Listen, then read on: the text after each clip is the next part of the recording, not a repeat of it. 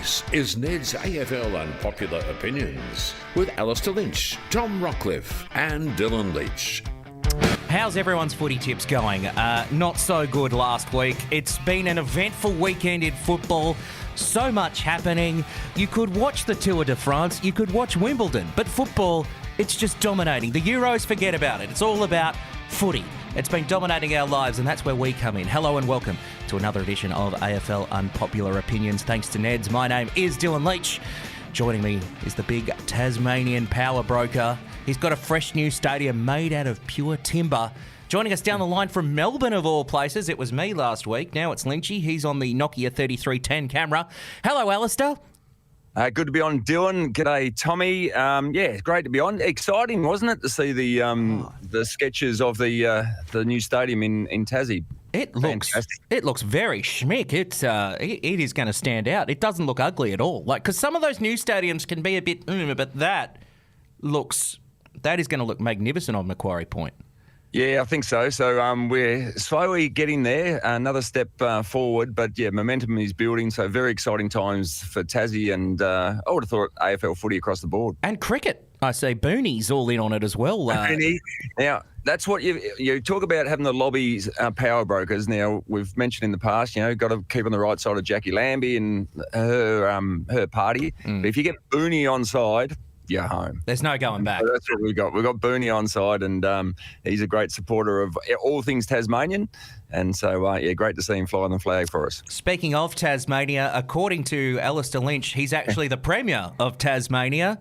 Tom Rockliff. Yes, thanks for having me. I would do a very good job, I think. Maybe not Tasmania, maybe Queensland. I might throw my hat in the ring, knock Stephen Miles out. He was in the box next to us on the weekend. He was. We were in the Neds box watching the Lions have a solid win in the end. But, Lynchy, thanks for that. Thanks for the vote of confidence. So what happened there, Lynchy? Please explain in the words of another politician.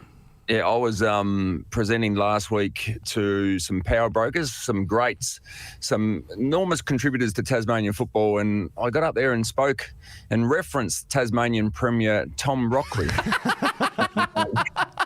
So we did cause a few giggles, and thankfully there was a few references. Oh, you work with him on that podcast. So there you go. We do have listeners. We're big in Tasmania. Our metrics in Tasmania are huge. And of course, it's Uncle Jeremy that's the Premier. Uncle Jeremy. That's right. Yeah. But you're going to make a run for Queensland Premier, aren't you? Yeah, have a late crack. Right. Under your own party, or cause a challenge within one of the others? We'll set up the Rockliff party. Yeah, maybe go the Rockliff party. Okay. What do you reckon? Well, Chance? Maybe you could call it the 40-plus party. Could I convert a Teals voter like you to come over and vote for me? You'd have to do a persuasion call. You'd need to knock on my door, and you need to explain. You need to listen about what are the issues that matter to me and how you can help. Yeah, I would do that. I'd door knock, go around, talk to everyone, get all their opinions. Might go speak to Acker, actually. He's got some good views on politics. Would Acker be in your cabinet? He would be. I could slip him in there somewhere. He'd be like your Barnaby Joyce type operator in that cab. Moving right along. How'd your tipping go on the weekend, boys? Well, that was the thing. We did the ladder predictor last week, and it's up to shit already. It's gone, isn't it? Essendon, I think Friday night they had a good win. All over the shop. Bloody Essendon cost us the multi. Port Adelaide, Giants. There was a few upsets.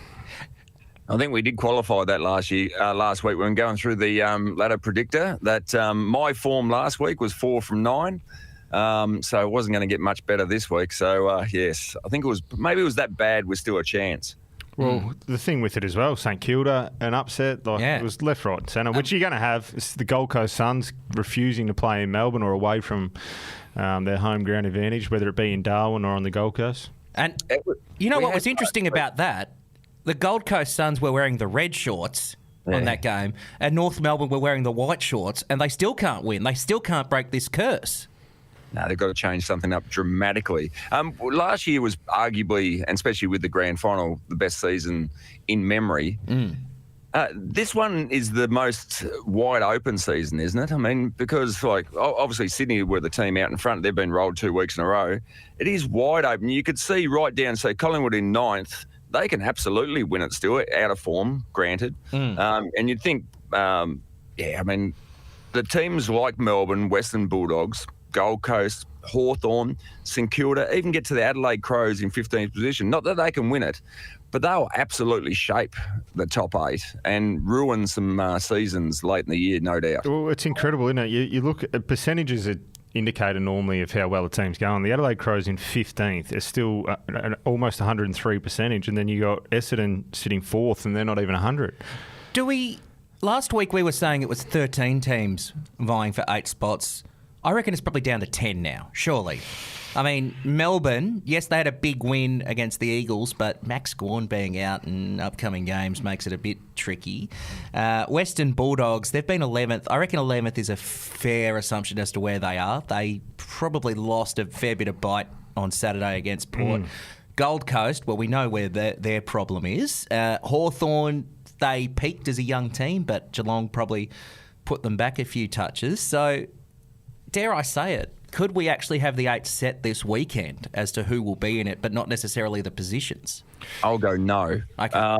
And only because, there's been so many times this year, us on the outside or that are, in the media commentating on through so many clubs. But you look at Hawthorn still, and yes, they dropped one on the weekend to a very good team at their best, but they are one game out of the 8 in 13th position. So you string a couple of games together, a couple of wins together, you're going to be well and truly back in contention. Where are the Bulldogs? I mean, we've spoken about them many times. The most frustrating team in the competition. You think their best is very good, their worst is not so good at all. And go on. And you just wouldn't rule out the Bulldogs beating Carlton this weekend. Well, that's the thing. Like, they turn up this weekend, probably beat Carlton, and you're like, how can they turn up and put in a performance like they did against a struggling Port Adelaide, or Port Adelaide we weren't sure where they're at, but when you let 3 guys run around and have 18, 16 and 13 in the first quarter as their best midfielders is quite incredible. So, but then you speak about Hawthorn, they take on Fremantle this week in Tasmania. You'd be leaning towards Hawthorn winning that game of footy. Yep. So it's really good. It's an even competition. I think it's probably the closest it's been for a long period of time, bar the bottom 3 teams, I would say, West Coast, North and Richmond. The wooden spoon race is wide open as well. So yes. West Coast are there, but North play Richmond, North play West Coast as well. So who wins the wooden spoon? Not sure yet, but pretty even competition, exciting heading towards the last sort of 7 weeks. Because then again, Brisbane, their best is good enough to win it potentially as well. Yep. Absolutely. No, it's certainly intriguing. How often does the 1 and 2 seed get beaten on the same weekend as well? Not very often. So, no, there is plenty to look forward to. So there's a lot of, as Jared Waitley puts it, a lot of snakes and ladders going on. That's definitely one of my favourite graphics of the week. Now, we should timestamp this, just given the news cycle in football. Now, things may not eventuate, but I just don't want the listeners feeling left out. So we're recording this about 9:30 on a Tuesday morning. There's rumblings out west that there's a board meeting at the Eagles, which can only mean one thing. Adam Simpson's going to get the full support of the board.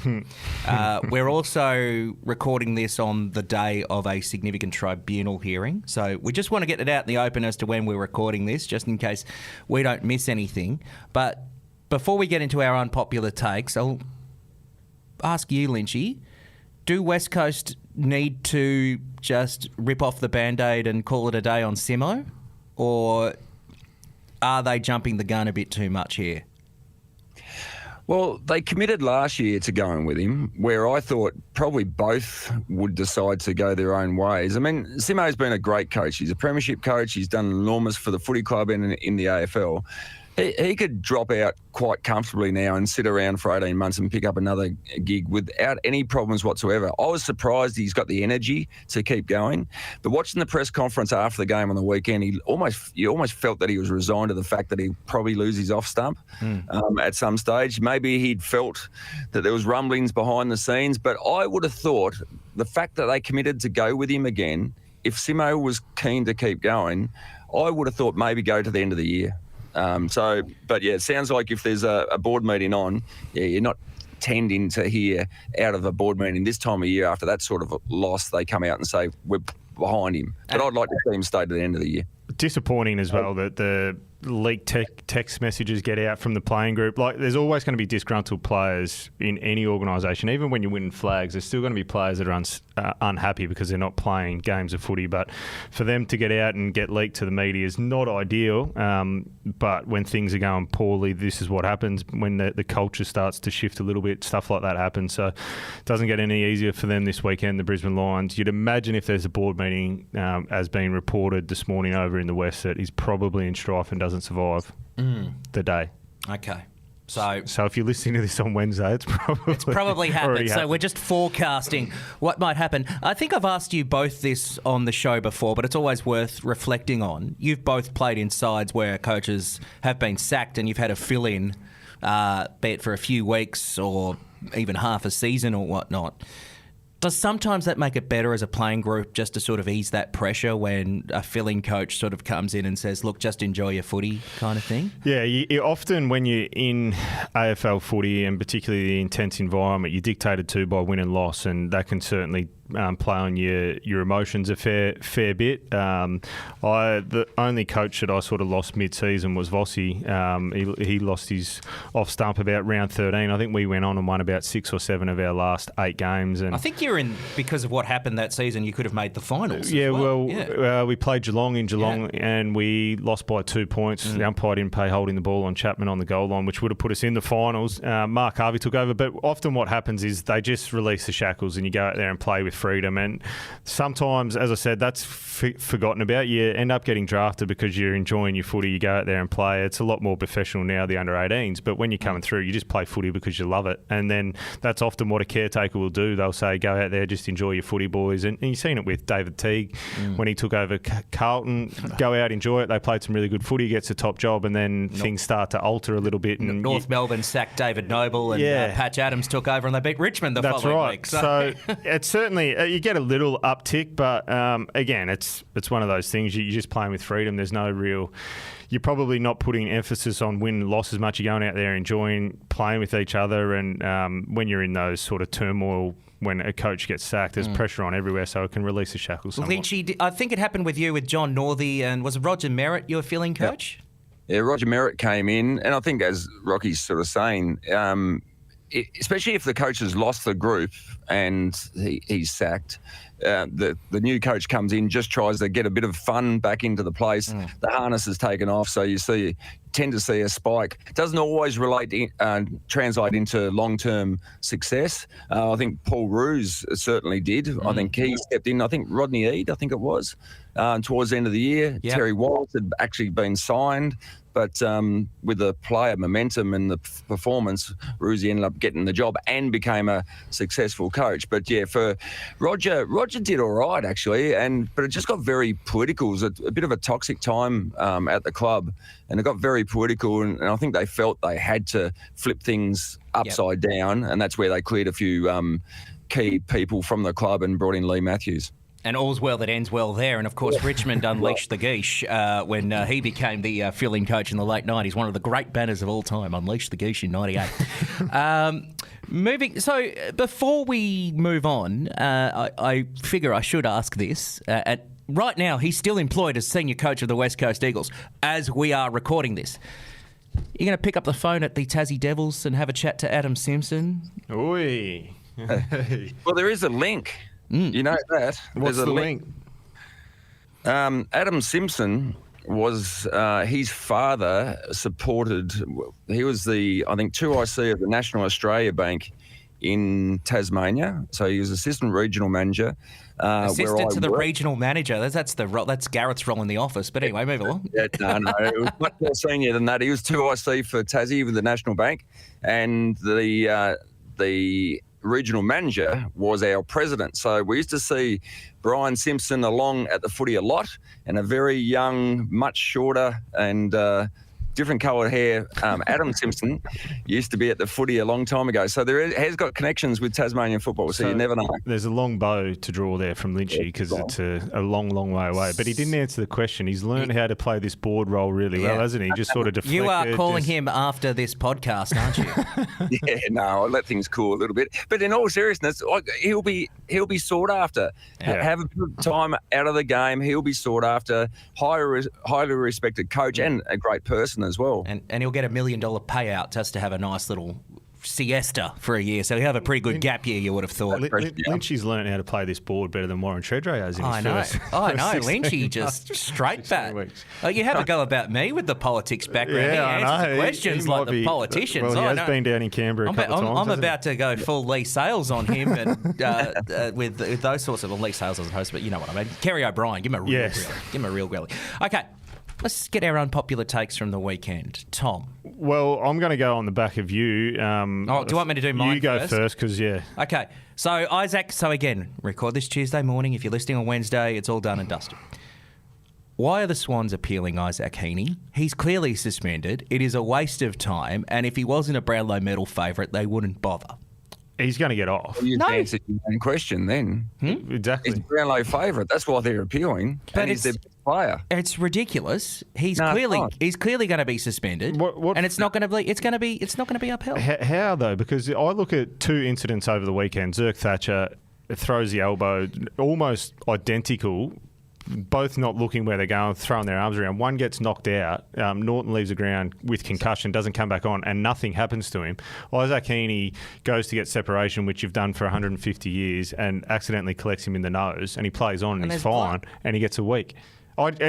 It's all over the shop for me, and I just can't. I can't have that he can get off when you got Jesse Hogan standing in the goal square throwing a punch that hits someone in the face and gets off. How could Isaac Heeney possibly There's get blood a week involved for that? in a player getting off the ground. Yeah, but Norton's been The gone AFL's all off about concussion. optics. Yeah, but concussion. This is what the game's about. Is gone Yep. to concussion to protect the head. Norton goes off with concussion, and Zerk Thatcher gets off. Like that's worse than a blood nose, is it not? It is, but Heeney should still be on a case-by-case basis. Heeney still gets a week for what he did. We just play that. Yeah, exactly, Tommy. I reckon that's the first thing you play. So have a look at this. Wasn't even put up in front of the Look, MRO. they'll throw the good bloke defence. They'll throw the other. Well, good point.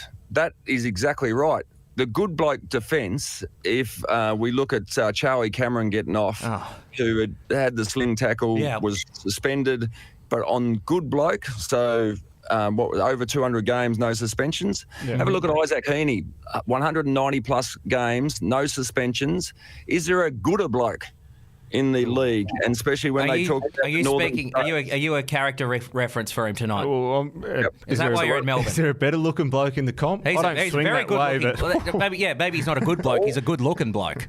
Well, he's a good-looking bloke, a bloody good player. He plays for the Sydney Swans that the AFL no doubt want to go well, and they want the Northern States to succeed. You got a Brownlow medalist, a potential Brownlow medalist up here. If you don't play the good bloke card, you're mad. well, the thing is, if he gets up and speaks like for 90 minutes, like Patrick Dangerfield does as well, he gets off, doesn't he? Like, I think we'll sit here if we were recording this Wednesday, would say the right decision was made and he got off. I'd say the wrong decision was made. But so, what's your argument to Zerk Thatcher not getting cited? I'm not talking about Zerk But I'm Thatcher. asking talking you. About I'm Isaac asking Heeney. you. I'm talking There's about the Isaac two Heeney case. incidents that happened on the That's weekend. ridiculous. It should be cited, the Zerk Thatcher thing. The tribunal is inconsistent. There's no precedent, and it frustrates us all. But sometimes, on a case, you have to look at the tribunal on a case-by-case basis. You can't just go, but what about? You can't use the whataboutism in the tribunal because there's no consistency. So when there is a specific case, you go, you know what? That's a week. And you know whose judgment I trust more was on the Fox coverage. Cameron Mooney and Dermot Burden's like, that's going to get a week. And I tell you what, game recognised game. They're no angels, but they know what that costs you. Nah, there's no way that should be a week in our footy. I don't think, in It's my going to be opinion, a week. It won't be. He'll get off. Zach Butters, exactly the same thing a couple of weeks ago. Off the ball. Well, then like the... off the ball, hit someone in the chin. Like the Cripps Brownlow, it could be another legal Brownlow medal win. We'll get the lawyer up to take the medal. This goes into my unpopular opinion that the rules need to change around the individual awards and what you can't become ineligible for. So you can still miss a week, but if it's for a football act like Isaac Heeney on the weekend, if he gets a week, then he still should be eligible. It's like Harley Reid's tackle. Like for what people got suspended for back in 1990 is different to what they get suspended for in 2024. Sure. So non-football acts, I think you should be ineligible for. But if it's a football act that ends up costing you a week, I think you should be able to win individual awards. I think I said this last week. Is this where we need to have the wanky spirit of the game chat so we can define what's the football act and what's not the football act, so we can actually get these definitions sorted? Because at the moment it's all over the shop. Well, this is the thing, because there is, as Lynchy said, there's no doubt that the AFL will be sitting there and saying that there's a possibility that he wins a Brownlow or he's going to be certainly favourite. They don't want an asterisk next to that, so they'll find a way to get him off. So if we eliminate that and then everyone's consistent, but again, we're never going to be consistent with an inconsistent game. The tribunal was inconsistent when Lynchy was playing. It's been inconsistent for... And I know, Lynchy, you've got some fond memories of going to the tribunal, no doubt, but there was no... Did you ever find it consistent? Did you ever know what you were going to get when you went there? Oh, no, it was a bit of lottery. But, I mean, I'm not complaining because was it the semi-final in 2001? Yeah. I got reported for striking and went to the tribunal. Now, if I miss 1 week, I miss the prelim. I'm back in for a possible grand final. If I miss 2 weeks, I've missed the possible grand final.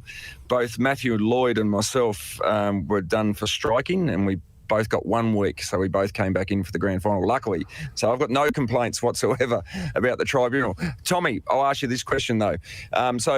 One, if Isaac Heeney's crew go in and chuck up the Zerk Thatcher case as an example, they'd be pretty flat. If Zerk Thatcher then got a week, they said, actually, you make a good point. Hang on. Doesn't that break the players' code? Well, I thought the players' code was sacred. The players' code's dead anyway, isn't it? It's gone. But more to the point, do you actually, whether he gets off or not, right? Do you think Isaac Heeney's action is a suspendable action? Nothing to do with the Brownlow medal, and I get that point, but is that a suspendable action? No, absolutely not. Not in a game where it's 360 degrees on the field. You've got opponents hanging off you. Isaac Heeney has an opponent hanging off him all the time. He's just trying to get a bit of separation for a hit-up lead, which you would have done 1,000 times, probably 4,000 in your career. You would have been on the receiving end of it. Sometimes accidents happen and mistakes and you miss. Webster goes a bit lower, you accidentally get him in the face. I don't think that's a suspendable offence. Like sitting there and jobbing someone certainly is, or throwing an elbow back into his midriff. Heeney's put his arm back to try and push off to get that 1-2 metres of separation to be able to get a hit-up lead inside 50. Accidentally gets him in the nose. My opinion, as I sit here, no, that shouldn't be suspended. We want our best players playing. As a forward, he's trying to get half a metre or a metre to be able to hit up, go back and try and kick a goal. I don't think that should be suspended at all. I reckon the Sydney Swans should give you a call. I think getting Tom Rockliff, King's Counsel, to represent Jeremy Rockliff to go in and present on behalf of the Sydney Swans. I think, generous to say he tried to push off. Absolutely, what he's trying to do is create distance between him and his opponent, get on the lead. It was an accident. He's essentially hit him in the face. I think it's suspendable. You think it is? Yeah. You think? He's hit him in the face. I think it's a 1 week suspension. Realistically, I reckon they build a case, and game recognised game. A really good case that you can get him off. Absolutely, but if you're throwing your arm back, and you connect, and there's also he's coming off with blood. Yeah. But no one's gone off with concussion. I know that, but what you're saying. Look at optics. Well, look at optics. He should have just done what Lynchy did, thrown haymakers and missed, and he would have been fine. Yeah, you still get. He got 11 weeks for that. I got 10 weeks and 15,000 for missing that. No. All right. So on that then. So it's grey. I think both should be suspended. Yeah. What about the Isaac Rankin one then? Oh. So that's a 4 weeks. I think that's 6. But I'm probably in the minority there that thinks it's 6, because a lot of people are jumping up and down saying it shouldn't be 4. That's off the ball player not watching. You decide to bump. Yeah, that was you take the risk of hitting him in the head, and it was an accident. I'm not saying he meant to get him in the head, but he got him and he goes off with concussion. It's got to be 6 weeks. If you want to protect the head, it has to be 6 weeks. No. I thought it was a clear 3 to 4 straight away, but same. it's a substantial suspension, off the ball, elected the bump. Exactly. So this will bring me to my point again. And if we're going to have these, we're going to repeat things that we've said in the past. That's fine. The Isaac Rankin, Brandon Starcevic incident, so off the ball, if that was prelim final day, Brandon Starcevic misses the grand final. Yep. For goodness sake, we've got to change it. If it's, you can just see this going to happen because there's players going off every week in most games with HIAs. We can't allow this to happen to get to grand final week. And Brandon Starcevic, now I'm not sure how he's feeling. He might be actually crook, so he needs a week off. But he may be feeling fine today. He's got no facial injuries. He may be feeling fine. Imagine how hard that would be for him, his fans, his clubs, his teammates, if he's sitting fine in the grandstand watching a grand final. Yeah, I tend to agree, Lynchy. I think if we can create a scenario where you have your best players playing on grand final day and foresee that it's going to happen, I think it's the best thing to do is to make that buy before the grand final, as you've been banging on about for 18 months, a couple of years now. I agree with you. Take it away from the finals. You want your quality out there, and for someone to potentially miss a grand final, and even if it's not a HIA, it still gives the players an opportunity. If there's someone does go down in that prelim, gives them the extra week to potentially get up and play. So I'm all for having the bye before the grand final. I think we're all singing from the same song sheet on this one. Stephen May in Melbourne's premiership sort of came in with a hamstring. He got over the line because they had a week's break. Yep. No. What do you want? One more concern? Go. Have Brisbane Lions got issues with small forwards in the game? Rocky, you've seen this, and I think we've seen it. See, go back to grand final day. Bobby Hill, best on ground, clearly best on ground. He absolutely put on a clinic and performed beautifully. Last week against Adelaide Crows, Ben Keys kicks 4 goals. He's not a notable goal kicker. He's a good player, Ben, but it's not a notable goal kick. Kicked 4 goals. The week before, Pickett put on a clinic and kicked 5 goals. In round 14, Higgins kicked 5 goals.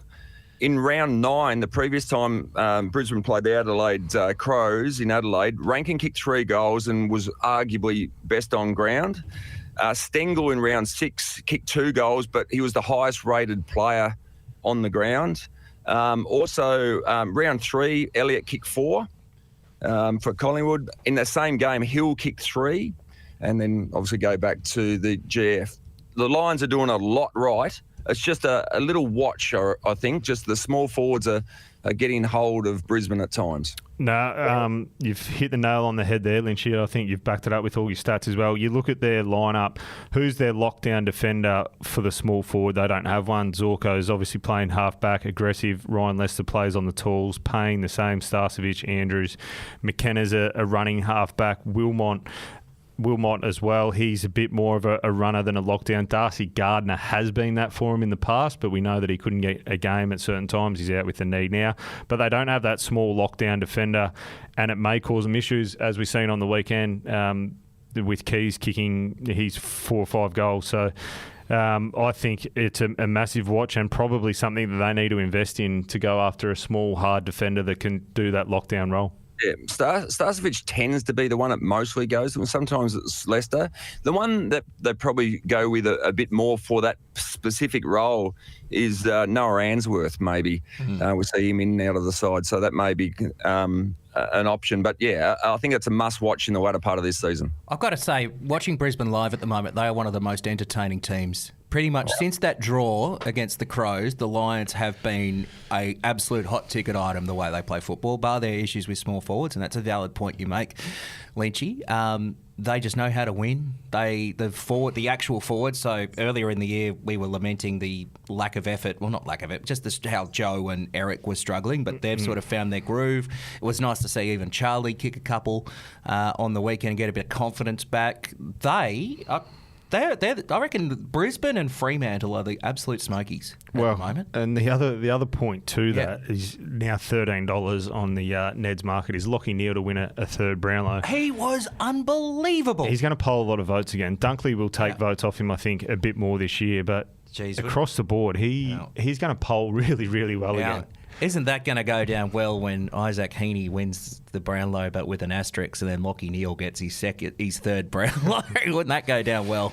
Tommy, as an elite midfielder, and I don't know how many times you had someone sit on you, but when you were racking up that list of 40s that season, yep. Are you staggered sometimes? And being a commentator watching the game on the weekend, that for chunks of that first half, no one went near Lachie Neale. He kicked 3 goals, 23 possessions. He'd put the game to bed. It was only the poor kicking, poor execution that kept the Adelaide Crows in it. Yeah, incredible to think that he's the number one player that you would talk about in the meetings in the whiteboard. And we've seen a bit of footage last night. I think it was on the couch. Jonathan Brown had it of Dawson and Rankin almost trying to play on him and get off him and hurt him the other way. But he's too good. He's inside. His ability to win the hands, but he's spreading as well. And it's staggering that more teams don't go with him. We've seen ability to be able to nullify his influence somewhat. They haven't had all great success against him, but earlier this year kept him to 20. His impact's a lot lower. St Kilda, I think, went after him,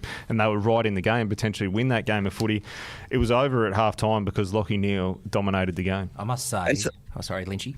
I was going to say, Tommy, and talk to us about the tactical thing. We even saw, I think, mostly in the second half, but some stages in the first half, that the tagger was coming off half forward. So you're going sort of maybe standing head-to-head with a Jordan Dawson, but then he goes off to find his own ball and the tagger comes to lock down from half forward. How does that go as a midfielder who's getting tagged? That'd give you a bit of extra space, wouldn't it? At times. Port Adelaide did it to me in my last year at Brisbane. I was having a fair impact around clearances, and what they did was they sent a half forward up to me and took my body at the stoppage, and my opponent ran off. It was really hard and really confusing. So it can work if it's executed really well, but the timing of it's got to be good. So that midfielder, I think it was Brad Ebert, would go to me at stoppage in the centre square bounce until to a point in time where a Sam Gray or a half forward would come up, take your body, and then Ebert would take off. That's really hard and difficult. But if you can get the gap where if that midfielder doesn't follow you for that period of time and you end up having 2 or 3, then your confidence is up and you're away. So if it's executed well, that half forward role can be done really well. From your playing career, who sort of stands out most as to those that sort of effectively tagged you in games? Because no doubt when people are playing the Lions, it's like just keep an eye on Rockliff because he's going to get a lot of the ball. So who and Port, for instance, who really stands out as who are the ones that were just the absolute pests? Well, I think like Kane, obviously, he went to me once or twice, but his ability just to stay disciplined to his role. Karato as well, Kerno at Carlton, they would have their roles and ability just to influence. It was the ones that had no interest in getting the footy. They were the frustrating ones. There was always young kids that came in and they'd be, say, 20, 30 games in their career. There was a young kid from North Melbourne. He ended up retiring. I think it might have been Jacobs or someone like that. He was a tagger and he just had no interest in getting the footy.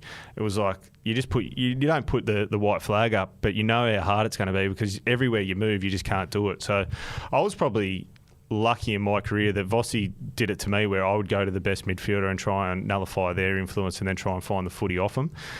So I was never really heavily tagged. I was lucky I played with Simon Black, Dane Zorko, Dane Beams, guys that they went after separately. The runners and carriers, the Pierce Hanleys as well, that they would get the attention. But it's the tagger that had no interest in getting the footy. They were the worst.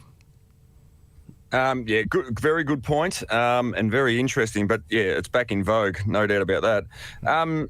Tommy and Dill, do you think with big Sean Darcy going down as a ruckman on the weekend, and obviously they've had some issues with the 2 ruck, or there's been a lot of discussion, and they're sitting beautifully, in 3rd position now. Is this going to identify for them? They've got a great opportunity to exit one of their ruckmen, Sean Darcy, to another club to top up on a very good list to just have the final touches for a premiership tilt over the next year or so. Yeah, potentially. I think their record is... Talk about Fremantle. Tassie and Jackson. When they play together, they actually win a lot of their games. So there may be a misconception that it doesn't work for them or their output isn't as good. But if you do want to free up, as long as you've got a valuable one underneath, you look at a Darcy, if you can offload him potentially to Richmond, for instance, because you know that Fremantle want to get Bolton potentially. I think There's also Baker as well. Baker, Bolton. Like, if you wanted to do that, someone down the bottom that... Darcy's still going to be a very good player for the best part of a decade, I think, and he's going to be your number one ruckman. Yeah. So if you can get him through the doors, potentially for a Richmond that are in that rebuild phase or someone like that, if you can get some high-end talent for him, you'd have to look at it. And especially with the development of Tracy and... Amos, you know, the way they're developing, you think their forward line talent's going to be pretty much stocked for a long time. I'm really bullish on Fremantle. Obviously where Richmond is, but they were exceptional to watch on Saturday night, and they obviously did it. They were outstanding against the Swans the week previous, and if they can beat Hawthorn in Tasmania, which is no mean feat, that is one of the hardest tasks in football. Hawthorn's record in Launceston is phenomenal. Then I have them, as I was saying earlier, they're as much of a smoky for this year's premiership as anyone else. Yeah, Brisbane and Fremantle right now are the sleepers. Well, Brisbane's pretty obvious, but Fremantle, bang out west and whatnot, they are looking schmick. I have to put my hand up. I got them wrong. I thought they'd be massive sliders and Longmuir would get the arse at the start of the year. And no, it's the other WA coach that's getting the arse, probably as we speak. Yeah, so they've done outstanding, and they are probably the sleeping giant that no one's really talking about. In that they should be able to finish top four now. They play half their games at home. It's a tough road trip. They should finish top four and give themselves every opportunity. Heave ho! You know what else we need to give ourselves the opportunity to do? Get past Friday night. Oh, my God. I'm sorry, but you were more... So we're about to do the snapshot, and we got 3 out of 4, and it was Collingwood that cost us on Friday night. And it was my leg too. I'm sorry. I apologise to the community. So it was all over early. It was over Friday night. But you were more concerned about me backing North at the line. That got up. Never in doubt, by the way. It was just a $20 multi too. $19.60. Well, Ryan's back. He's about to dial in. He'll chat to Rocky.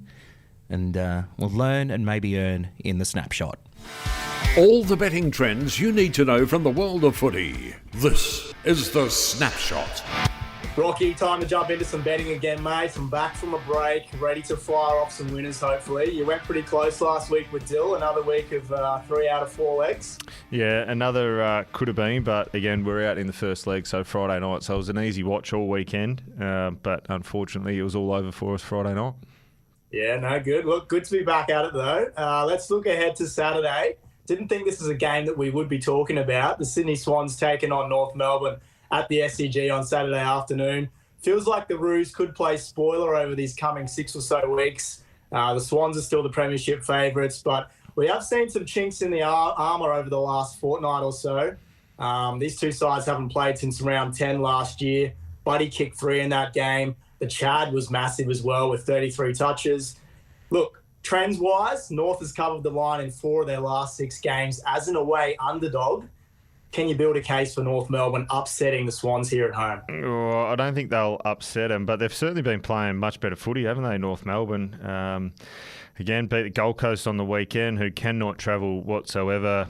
Sydney at home is a different beast. We know that they've been off the mark a little bit the last couple of weeks, but 48.5, maybe. I think they're probably playing good enough to cover that line, North Melbourne, but I'd be leaning towards Sydney bouncing back pretty strongly. Do you think the Swans are going to tag either Sheasel or Wardlaw? Both had about 30 touches or so last week. I don't think so. I think they'll go head-to-head, depending on if they get off the chain. But Sydney's midfield and their ability to find the footy and impact the scoreboard the other way, I think they'll back their mids in head-to-head. So we sit here Tuesday morning. Isaac Heeney's currently missing a week. I think he'll get off on appeal at the tribunal. But I don't think they'll tag anyone from North Melbourne. North hasn't won at the SCG since 2018. That was also the last time they actually beat the Swans. So a couple of trends worth noting there for the punters. The other game I want to look ahead to is the Suns taking on your old mob, Port Adelaide, up on the Gold Coast on Sunday afternoon. Emotional win for Port a couple of weeks ago. Back that up with a big win against the Dogs last week. Really hard to fault their efforts.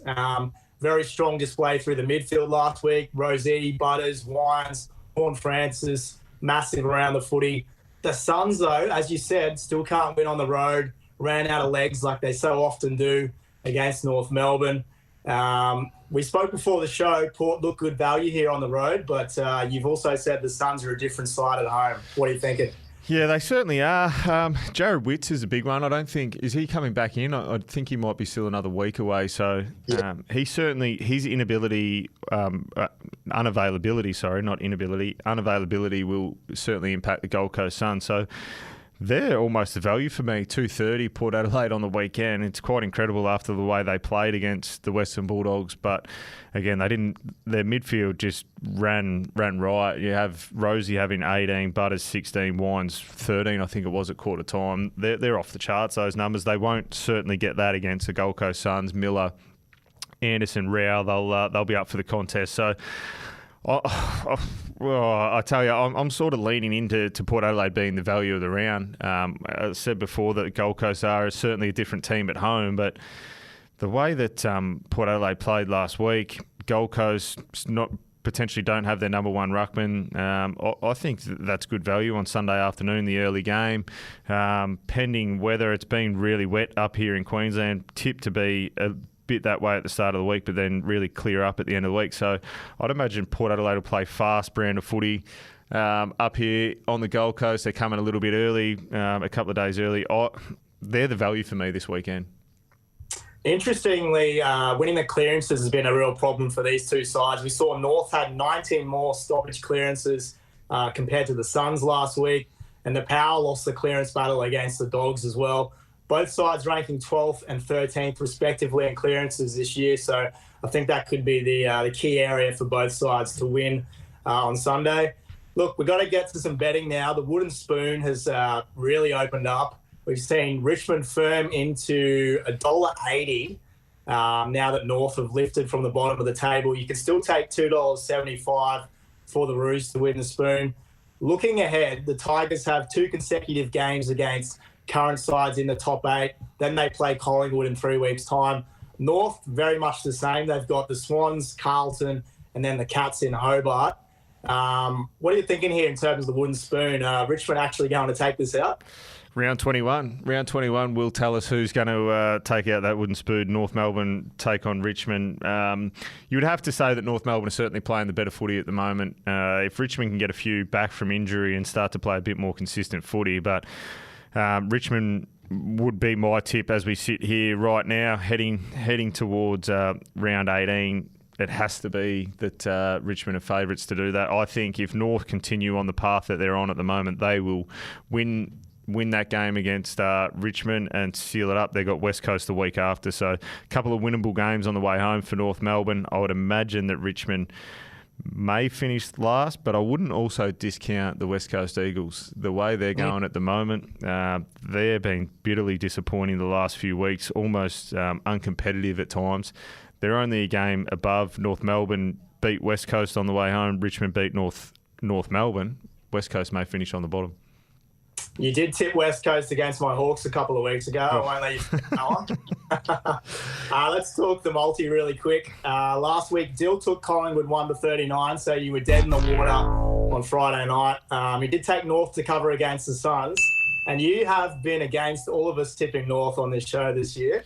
And once again, they've come through. Yeah, no, we've got a new rule that we can't back North Melbourne or West Coast on this podcast, and they were good, North Melbourne, last week. I didn't expect us to be out on Friday night. I thought Collingwood were sure things, actually, so I was more favourable towards Dill, but then I just fronted up on the player markets, didn't I, and just went bang, bang again. You did very well. This is some of your best. Paddy Cripps, 30-plus disposals. Bailey Fritsch, 3-plus goals. 2 really good value plays from you. Very strong. Very strong, but unrewarded again, 3 from 4. So we're due for one, and I think this week may be our week. What are you thinking? You're sticking fat with the player markets, I know that. Yeah, I'm going to stay with the player markets. I think Zach Merritt, he may get a bit of attention from Melbourne, but I think 30 plus with no Gawn there, he'll feast on their midfield brigade. I think he'll have a lot of clearances, so I'm going him 30 plus in that game. And then Marcus Bontempelli, we've seen probably maybe the worst game we've seen from him in about 5 or 6 years. Whether he's still carrying that back, we know he's had a few issues against Port Adelaide last week. I think he will kick goals though, so I'm going to take him for 2+ against Carlton. I like it a lot. I'm going all Adelaide in my 2 legs this week. So taking the Crows head-to-head against St Kilda. Saints were good last week. Very surprising win, but I'm not a believer at all. Only $1.45 for the Crows head-to-head at home on Saturday, but happy to take that. And we've already spoken about the value about Port Adelaide on Sunday against the Gold Coast Suns. Going to throw that in there as well. So we've got Zach Merritt, 30+ touches, the Bont 2+ goals, Crows to win, Power to win, $12.98. Oh, I think that this might get us back on the winners list, I think, this week. May come down to Sunday afternoon. We need it, mate. We've still only got one for the year, but we're not far off another one. Thank you as always. Going Ryan. You're listening to Neds AFL Unpopular Opinions.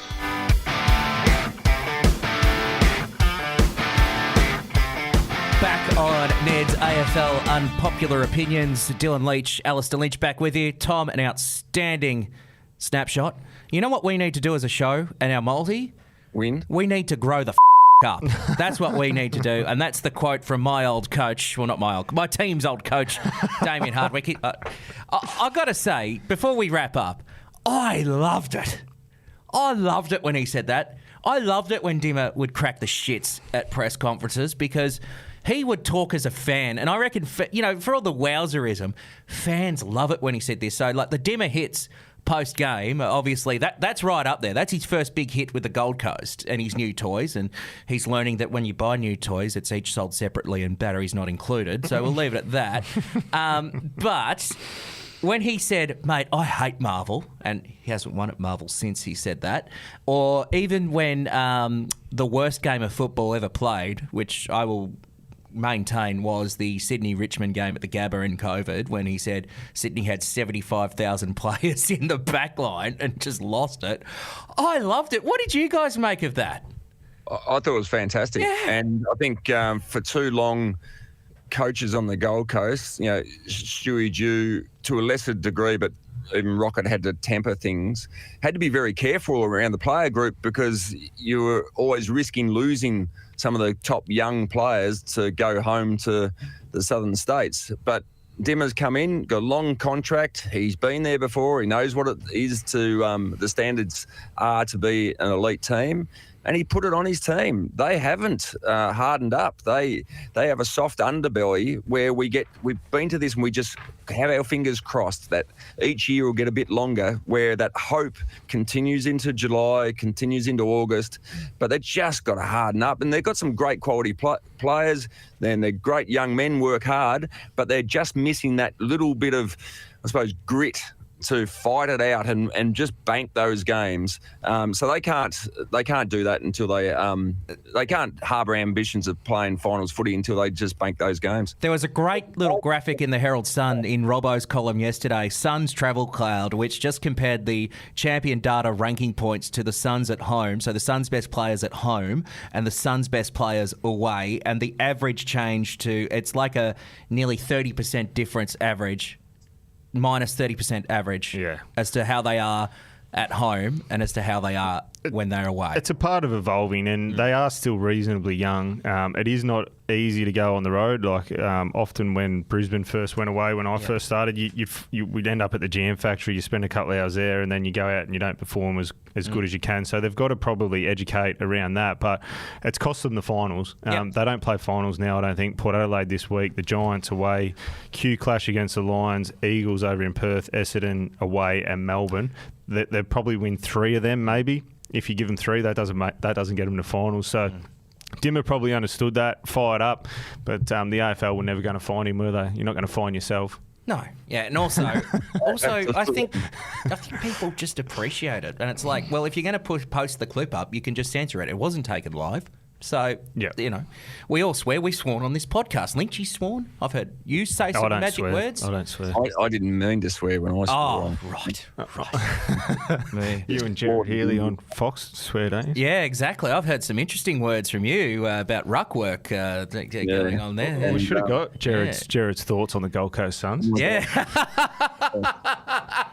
Eddie Maguire come up with a beauty too. Yes. He was chatting to Kane Corns actually post-game one day. Yeah. And he should jump in the ice bath because he's an old campaigner. An old campaigner, indeed. An old campaigner. All right, you old campaigners, let's wrap up for another week here on AFL Unpopular Opinions. Essendon fans, yes, you guys are doing well, and we didn't talk about you enough. You win this week, we'll do a whole segment on you next week. What are we looking for? We're talking about Zach Merritt winning the Brownlow as well. He'd be very much a chance, Zachy Merritt.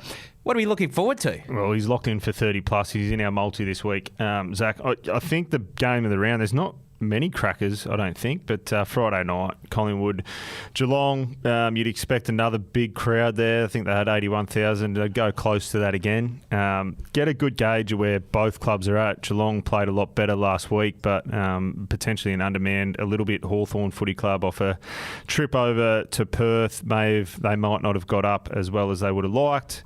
Collingwood, where are they at? So looking forward to Friday night footy. Lynchy? Premier Jeremy Rockliff, you touched on it earlier in the show. The Bulldogs Carlton, I'm looking forward to. Yeah, after arguably their worst result of the year, the Bulldogs will be coming back home game at Marvel Stadium against the Blues, coming off a loss. This should be a cracker, I think, and I'm barracking for the best of the Bulldogs just to see if they can front up. This will be a good one. Are you both of the school of thought that Carlton may have got ahead of themselves last week against the Giants? They thought, well, we're 39 points up, we might be able to... No, I think they've just been a bit like that, haven't they? Carlton, they come and go, and then they go bang in the last quarter normally, but when they got 8 goals up or 7 goals up and then they coughed up that lead, they'll be disappointed with that. It's good to see GWS backing up. Because when they're up and about, they're a great team to watch. That's the thing, they can go, you have one issue with Wiedering having some time off the ground with that corky, and then Jesse Hogan looked like Wayne Carey there for a while, just taking contested grabs in packs. It was fantastic. I'm actually looking forward to Hawthorn Fremantle.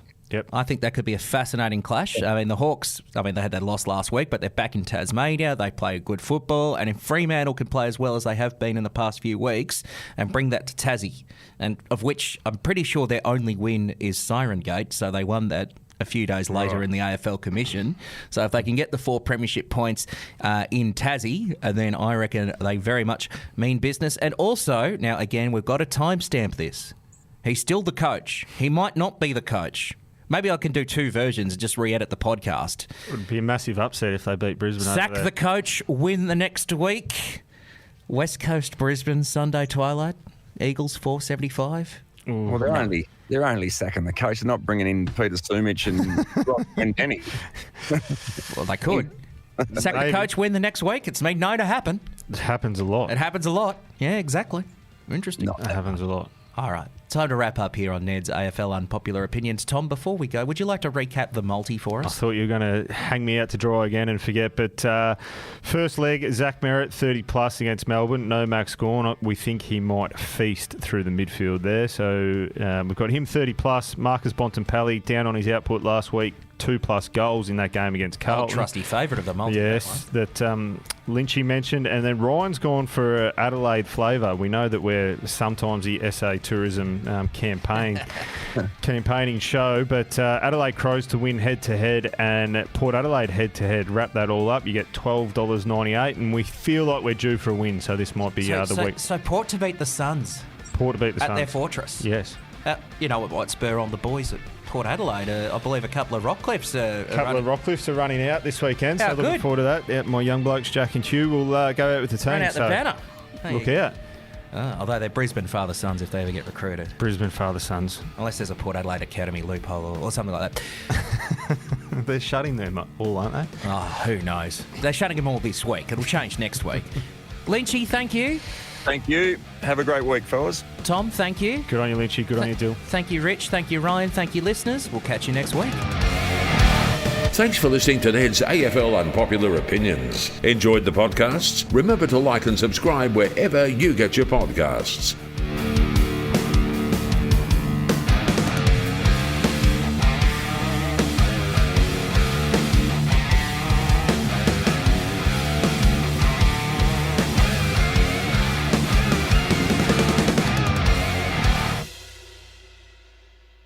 What's gambling really costing you? For free and confidential support, visit gamblinghelponline.org.au.